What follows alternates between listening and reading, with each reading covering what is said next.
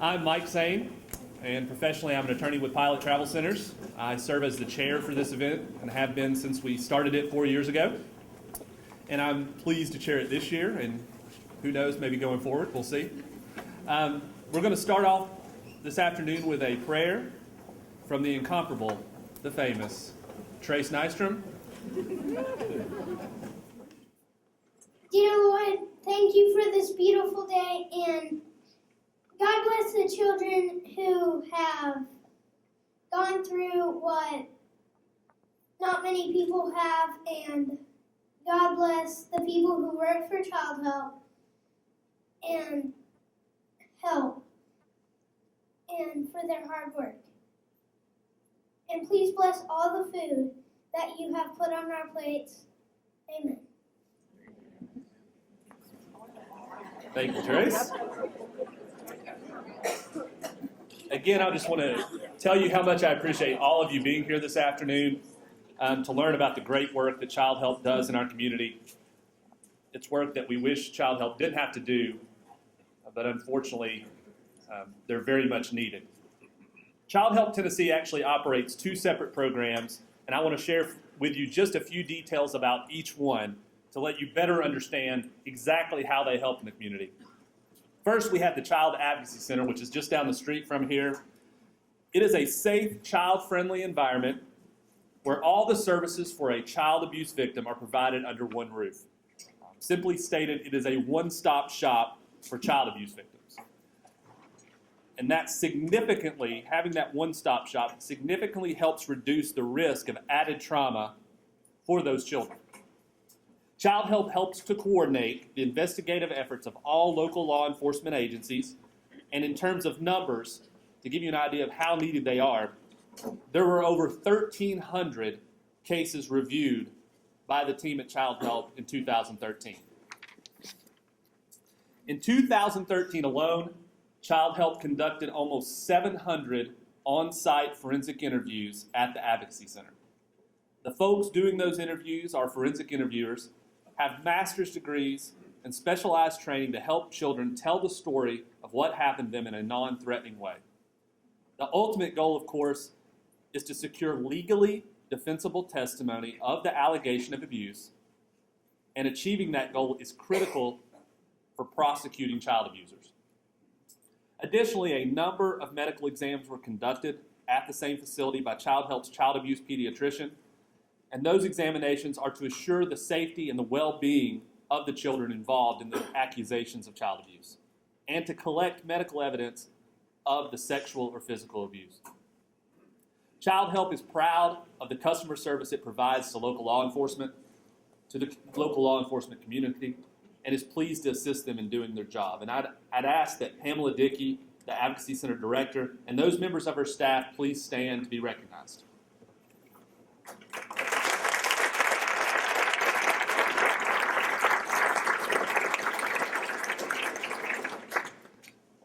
The second program that Childhelp Tennessee operates is the Foster Family Agency. The Foster Family Agency has been in operation for 8 years. Stephanie Perdue and her team work tirelessly to provide a safe and loving place for so many children. The FFA is especially proud of the children who have left the program for a forever home through adoption or through placement with a safe relative. A safe forever home is the focus for the kids in their care. Childhelp was recently recognized by the state of Tennessee for having one of the highest adoption rates of any foster care provider in the state. And they're looked to as really the group, and people want to know how they do what they do because they do it so well.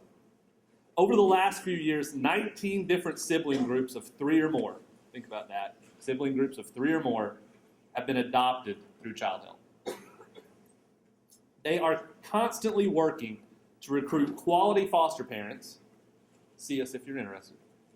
It is interesting. They have a particular need for parents who are able to work with middle and high school students, much like those you see on Monday's Child on TV.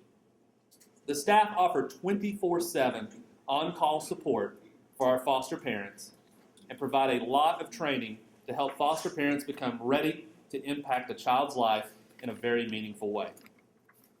I would like to ask Stephanie Perdue and those members of her staff who are here today to please stand to be recognized.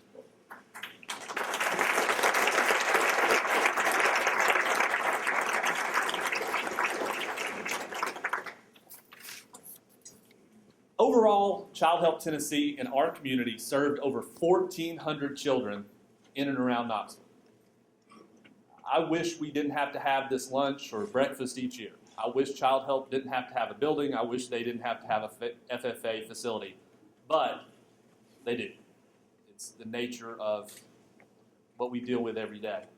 And these children are very dependent on Childhelp and on our support of Childhelp. I would now like to invite Joni Stewart, the Assistant District Attorney, to the stage. Good afternoon. I consider being here to speak to every one of you such an honor. Childhelp plays a very important and unique role in the ability of my office, the Knox County District Attorney's Office, to be able to criminally prosecute child abuse cases. Along with two other Assistant District Attorneys, our unit, the Child Abuse Unit, concentrates exclusively on cases where children have been raped, beaten, exploited, or murdered at the hands of adult perpetrators. Another district attorney, making it fourth, focuses exclusively on crimes where juveniles commit crimes upon one another. Day after day, we try to get justice for these kids, and the reality of it is that it rarely has a happy ending. We can't take back the suffering that has already occurred, but we can try to make that suffering visible and assign responsibility to the adults who failed or betrayed those children. Our cases begin with investigative teamwork between law enforcement and the Department of Children's Services. Crucial to the development of their investigation is, of course, preserving evidence and taking witness statements. Now think about when you have a child as a witness. It becomes a little bit more difficult. Developmental issues, such as a child's ability to recall events, or even to use language, as well as the trauma that the child may have suffered, can complicate efforts to obtain information about the case. And that is where Childhelp becomes critical to our cases. I haven't spoken to a group for Childhelp in a couple of years. Like I said, I'm very excited to be here. A few things have changed. We're seeing cases more and more every day where technology is used to facilitate the crime. That's both helpful and harmful. Helpful in that the depravity of a defendant in filming abuse gives us uncontroverted evidence that the crime occurred. It's harmful in that some children are now participating in their own exploitation, taking naked selfies that they share with friends on the internet, people who very often turn out not to be their friends at all. And since I spoke to you last, some things have also stayed the same. Every single day, children are beaten and raped here in Knox County. You heard the numbers.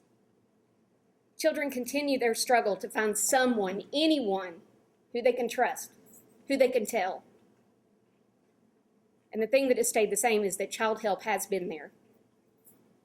You heard a little bit of talk about Childhelp conducting forensic interviews. Forensic interviews, you have the child in a room. It's a safe, non-threatening environment. They're observed and recorded so that my office can use the information to properly charge those perpetrators. Interviewers tell the kids, I've heard it 100 times on video, I'm not here to talk to your mom, I'm not here to talk to your dad, your grandma. I'm here to talk to you. This is a safe place. It's a safe place for kids like you to talk about all kinds of things. And the kids generally do talk. Focusing on child rape for a moment. Please know that in many child sexual abuse cases, there is no witness other than the child and little, if any, corroborating evidence. The entire case can hang on a child's ability to recall the abuse, unfortunately in great detail. Every time I do jury selection, we get jurors from all over Knox County, and they think that our cases operate a lot like Law and Order or CSI. And that's so not true. Those are only TV shows, and although they always get all kinds of DNA, forensic evidence rarely exists in our case, especially where you have a perpetrator who was a family member, a parent, or a family friend. The evidence is long gone. They don't always confess like they do on TV. And that makes the forensic interview critical in finding out exactly what happened and legally preserving that statement. I would like to tell you about a specific case, and I'm going to call the little girl Emily. Emily was repeatedly raped by her father between the ages of 5 and 6.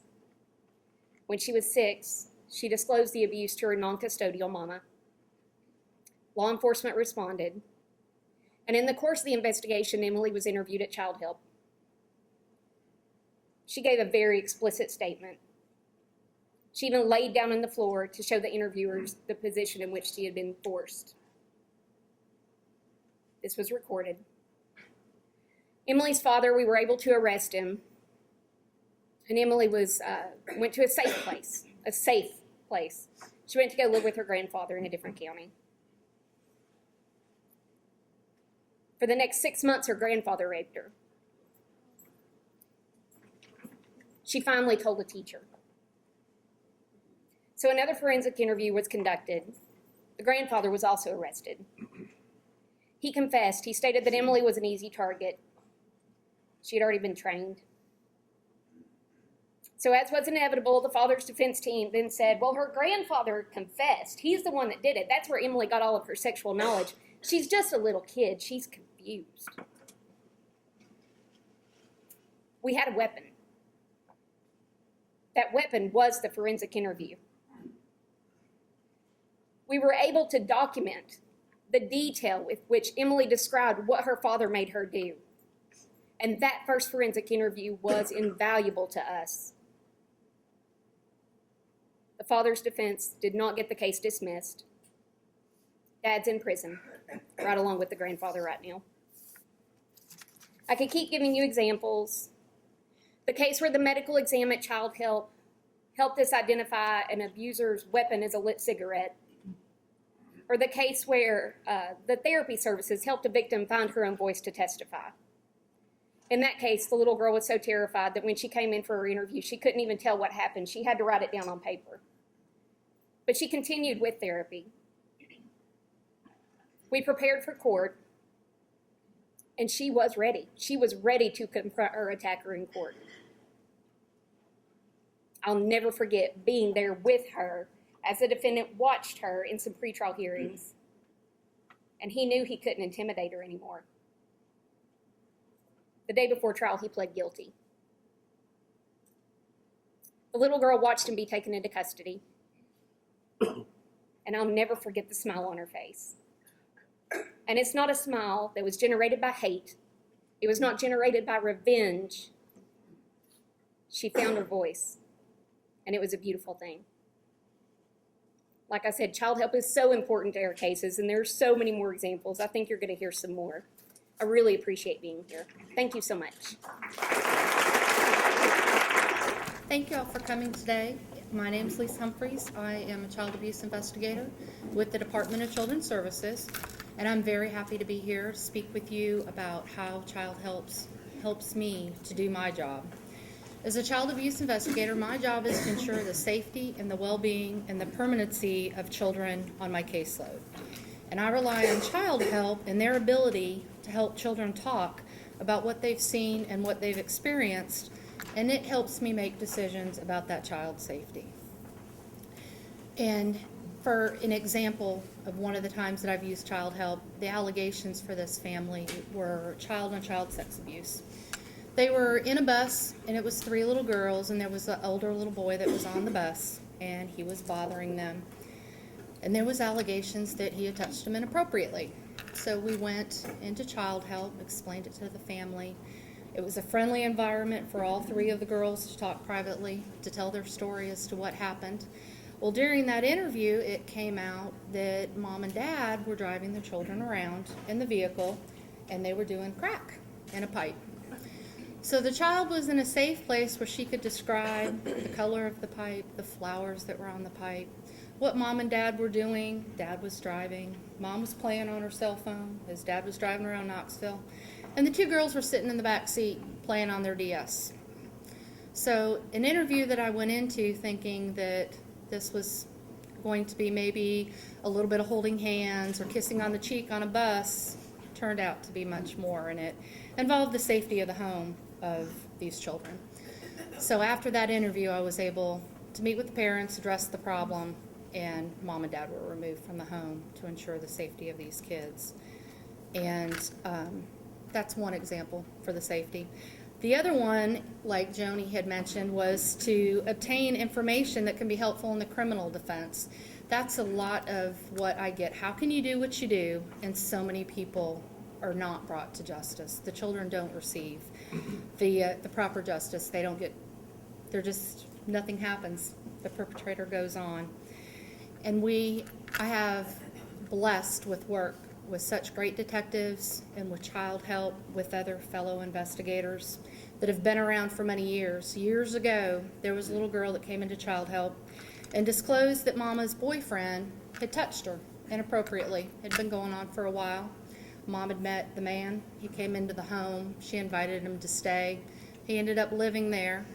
And Dad, the boyfriend, was coming into the room and touching her inappropriately. It was eventually disclosed. She told a teacher. She came to Childhelp. She told her story. Identified the man who it was, but unfortunately there wasn't enough findings. There wasn't enough forensic evidence. There was nothing law enforcement could do to help this child, to bring the man to justice. So he went back out into the community. Well, several years later, I come in and I get another case. And I met with the family, and Mom had told me that the child had been perpetrated on before, and that the child had been to Childhelp. She told me about law enforcement, and I couldn't find where Childhelp had helped this child, couldn't find where the forensic interview had been done. Law enforcement couldn't find where the interview had been done, so we started again with the second child.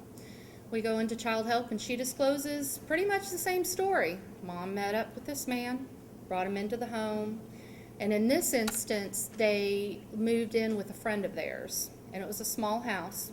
So her and a brother and sister and Mom and the boyfriend all slept in the same room.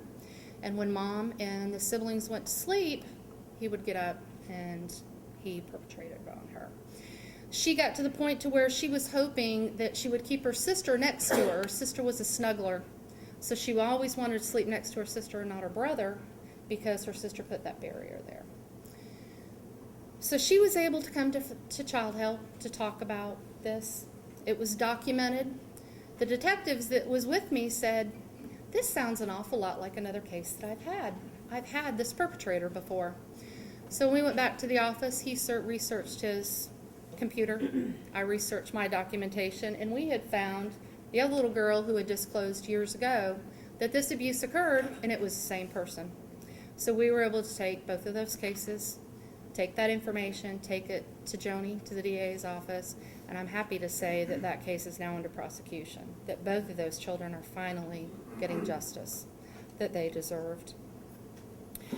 The last I'd like to end up with is the other thing that Childhelp does, they provide for us, is to obtain information either to collaborate or to refute the allegations. Unfortunately, that does happen. There are cases where we receive reports at the department that a child is being abused, and that was not the case.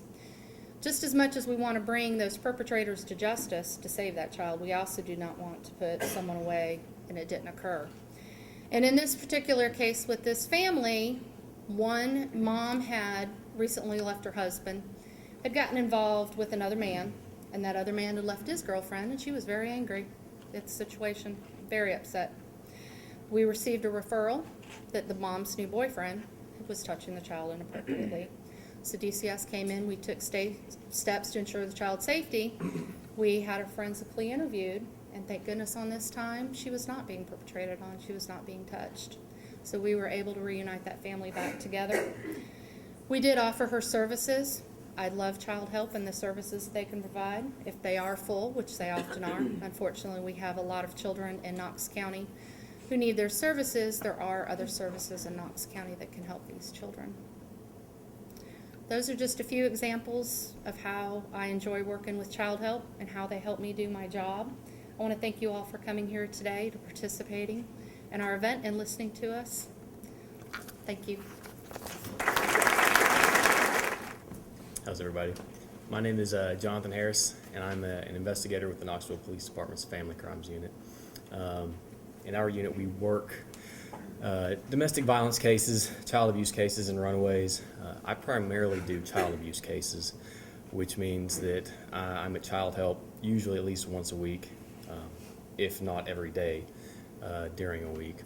And I wanted to talk about a little bit about how they help us do our job. When we get these cases, the police department facilities are not for children.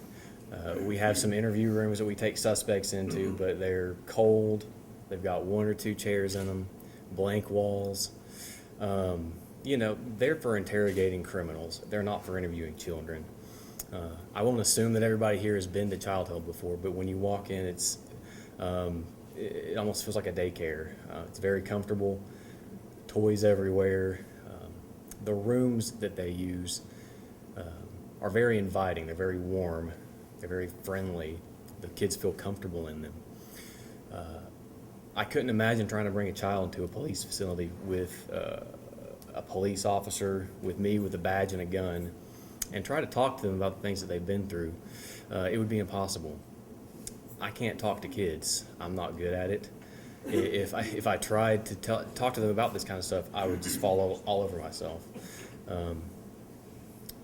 The experience that Nicole and Khadijah, the forensic interviewers, have is something that no law enforcement officer, I think, would ever be able to get.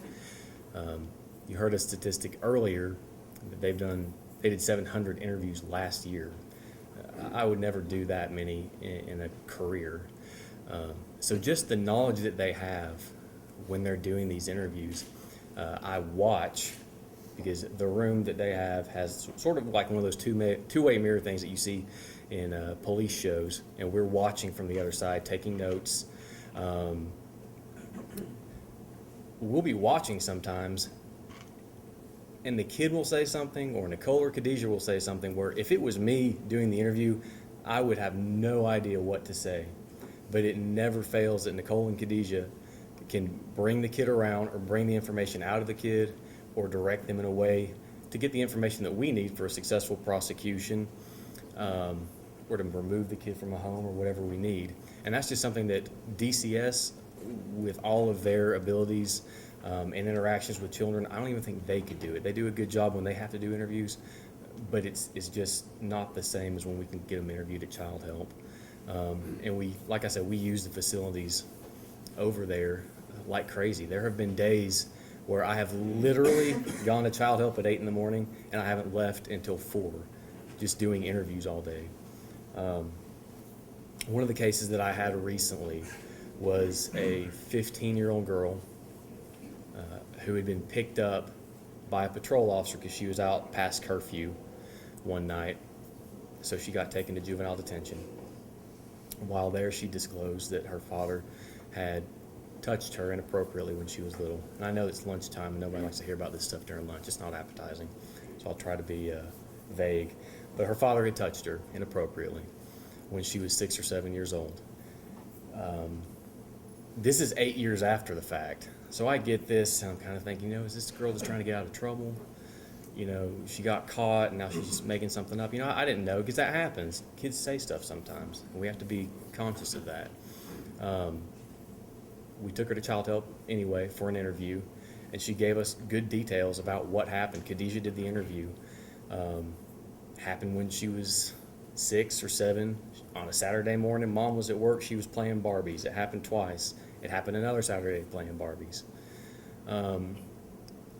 And what Joni said earlier, we don't have evidence. We don't have DNA. We don't have security camera footage. We don't have anything but this child's word about what happened. So Khadijah did a really good interview, got a lot of good information, a lot of good detailed information about what happened, which I need to corroborate when I invite the suspect to come talk to me, which I did. He agreed to come down to the police department headquarters. And during that interview, he admitted it. He admitted to touching his daughter. We went to trial on it a couple months ago, and he was convicted on 2 counts of aggravated sexual battery. Without Khadijah's interview, we would not have been able to do that. Even if I had interviewed the suspect alone, me getting a confession is not enough to put anybody in jail. You know, people can confess to a million different things, but if I don't have a good disclosure from a child, then I can't do anything with it. So without Childhelp, that wouldn't have happened. This guy would still be out there driving a truck all across the country doing God knows what. So they help us quite a bit. Khadijah sat outside the courtroom all day during the trial, because in addition to sitting over at their office every day and interviewing children, when criminal cases do go to trial, they have to be there, and they don't get to sit in there and watch the trial. They have to sit outside the courtroom and wait and wait and wait, and most of the time they're not even called, so they waste a day and then go home. So, you know, we appreciate their efforts and everything that they do for us. And like I said, we could not prosecute these cases without Childhelp. So thank you guys for coming. Thanks for listening.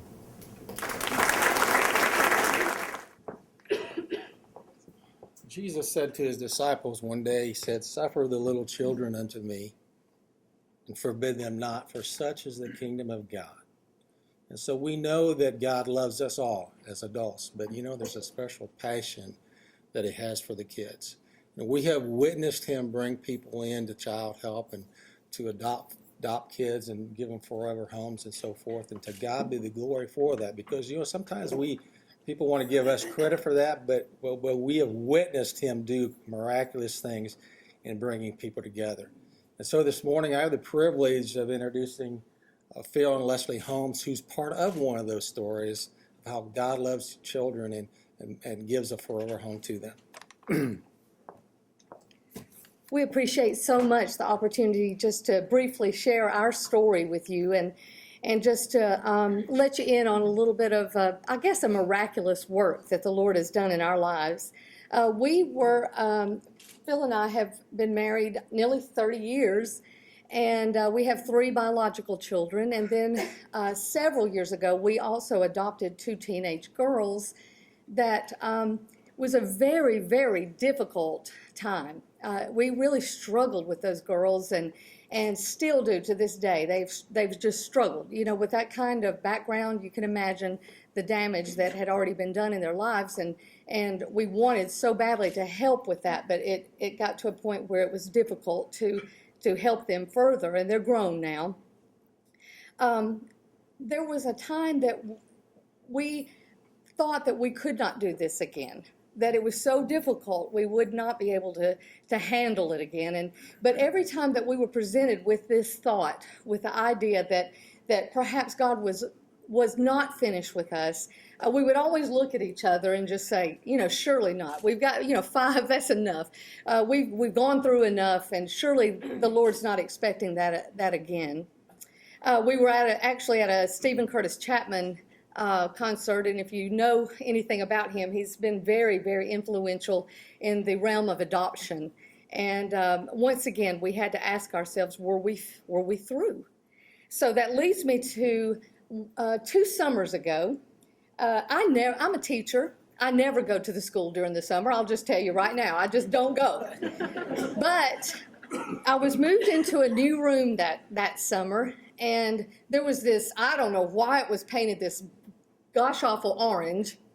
I don't know why, but one whole wall was this just bright orange. I thought, I can't, it was easy for me to tolerate a lot, but I thought I can't tolerate that orange for an entire year. So I went to paint my room that summer, and I was there early one morning. No one was there except one young man, Jonathan.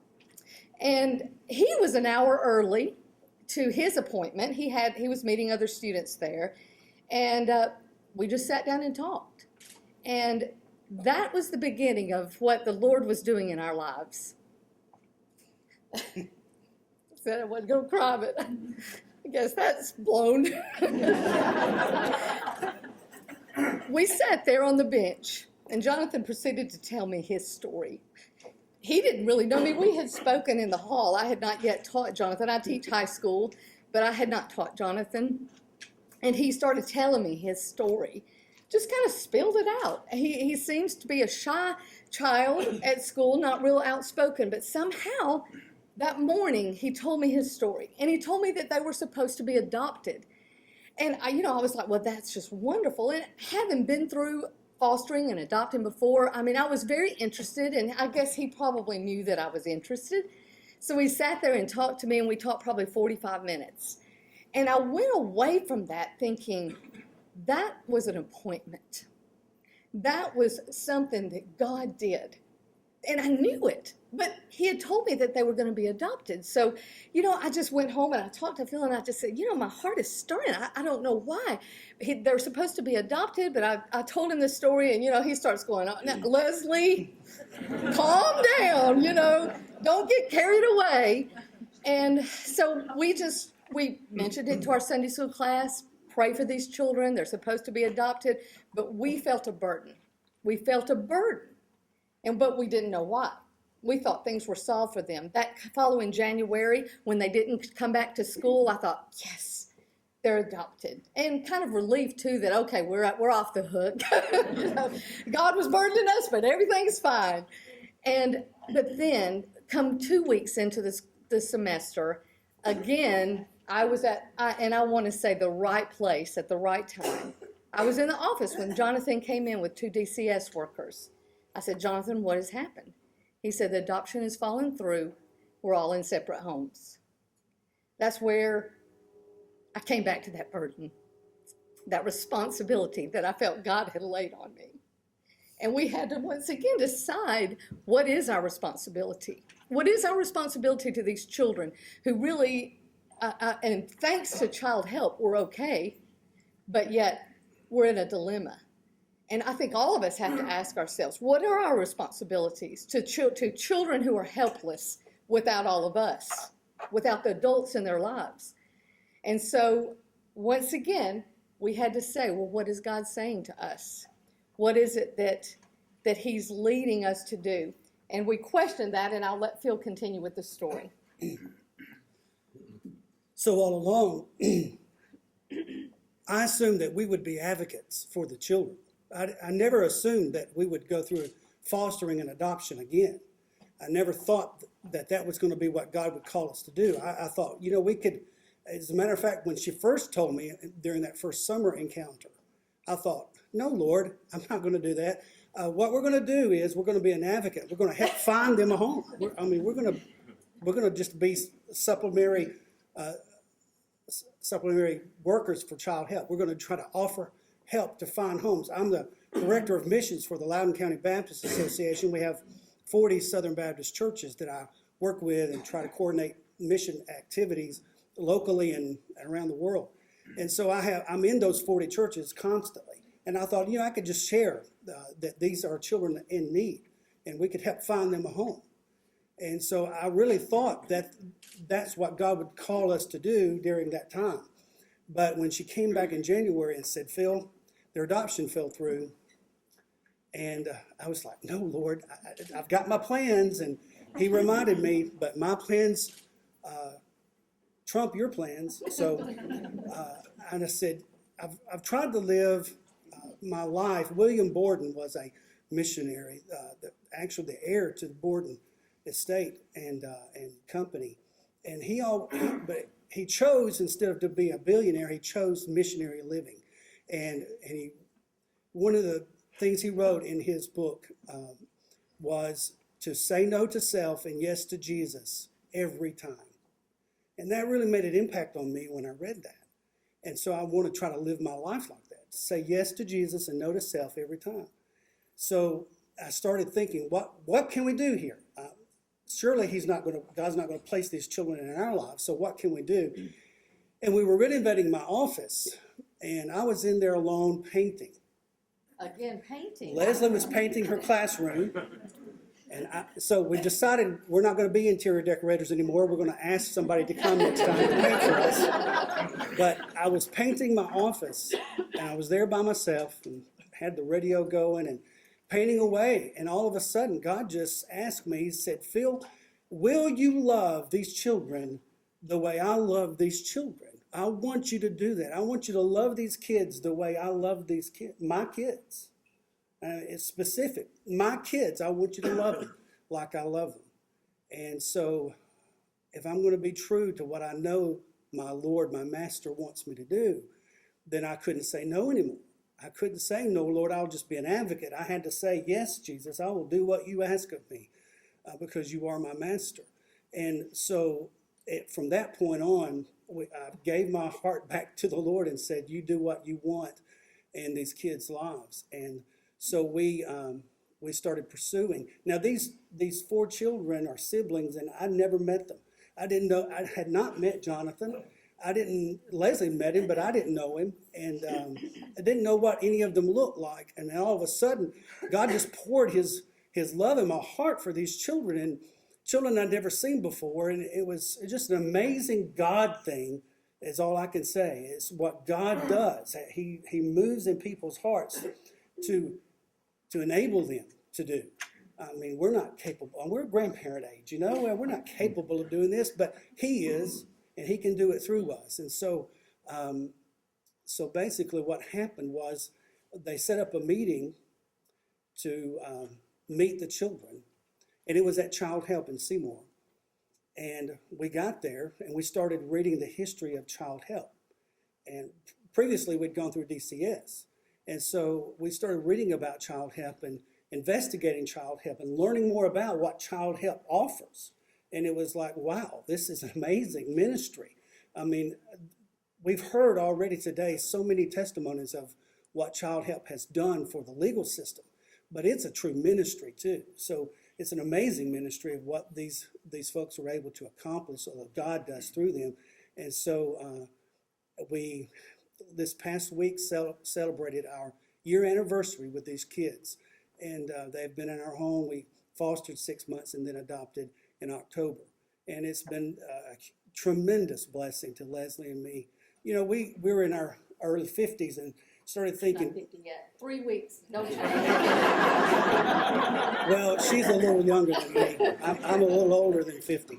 But we started thinking, are we going to sit around in the evenings doing nothing for 30 more years? Really? Is that how we're going to spend the rest of our time on earth, is sitting around watching the news and being boring? Or are we going to be exciting and young parents again? And so praise the Lord, he's led us to this exciting new life of being young parents again. And we love these kids with all of our hearts. Proverbs 22:6. Sorry, I'm trying not to cry here. No. Raise your child up in the way that he should go, and he shall not depart from it.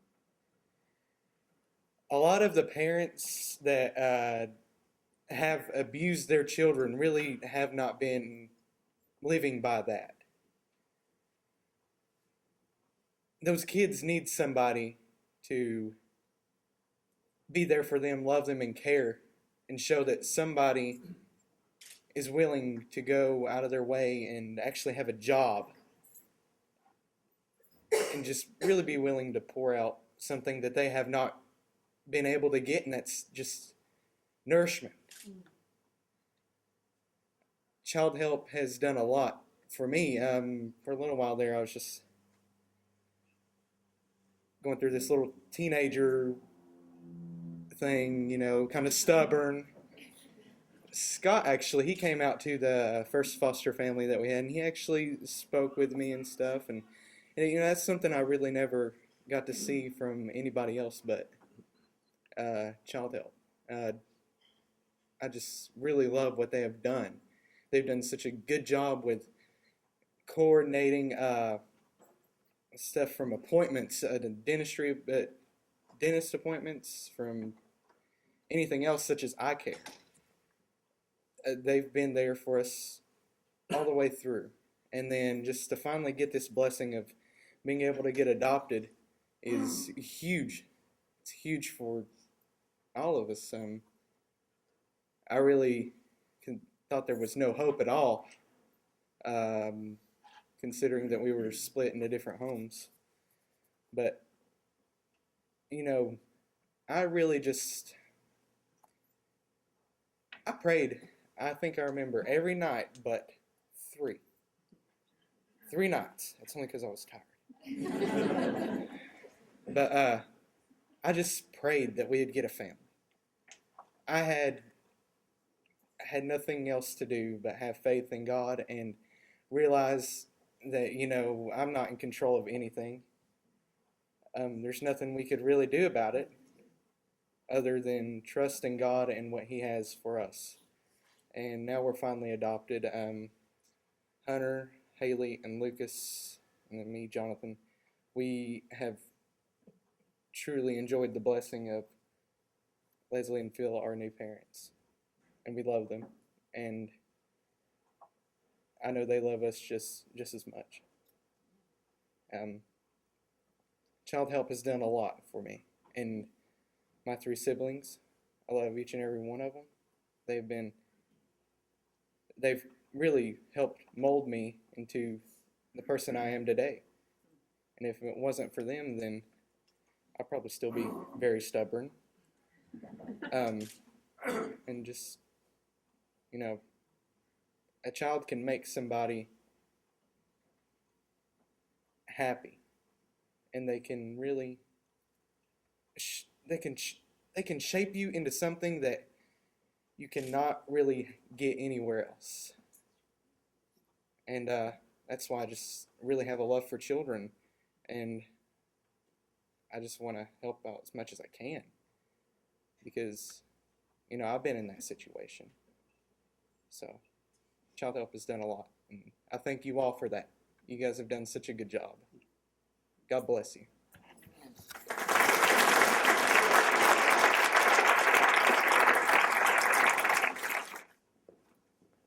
I don't know how to follow any of that. I'm Hugh Nystrom, and I'm one of the directors at Childhelp, and I'm kind of sometimes the guy way behind the scenes and sometimes the guy who's way in front of the scenes. But ultimately, part of my role is just to, frankly, make sure that we can make payroll to pay so many of these outstanding social workers who are making these outcomes happen. Sometimes in business they say you've got to have an elevator speech about what you do. And I've boiled it down for Childhelp to just 4 words. And it's kids protected and kids adopted. Because while Childhelp is a national charity, you know, I know for so many of you, what's important to you is what's happening in your own backyard. And while we're grateful for our national office for helping start everything here, you know, it's ultimately up to us right here in our community to sustain what we're doing. Kids protected, you heard some great information about what we're doing at the Advocacy Center every single day. And kids adopted, and kids finding permanency with Stephanie Perdue and her outstanding program. One thing I might mention, Michael may have mentioned earlier, is that Stephanie and her team, as an outcome like that, they've had 19 cases of children who are sibling groups of 3 or more kids who've been adopted within just the last few years, which is an incredible outcome. So now is when they say I'm supposed to ask everybody for donations. So anyhow, here's how, today you may be here because this I see as much as a friend raiser as it is a fundraiser. And we're just thrilled to be able to share the immense pride that we have in the work that we're doing. So you might be here, I've asked a lot of folks here, just come and hear about us and what we do. Some of you, your friends may have asked you to come to a table and to consider making a donation. And there's truly no donations that's too small or too big. So we're going to go ahead and just sort of wrap it up. Thank you. You should have a table captain, or like at my table, I think I just left a self-explanatory envelope. If you'd like to make a donation, there's some clear instructions in there and envelopes. Otherwise, once again, thank you. And you know, see me afterwards if you'd like to put a table together next year for this. And God bless all of you, and drive home safely today. Thank you.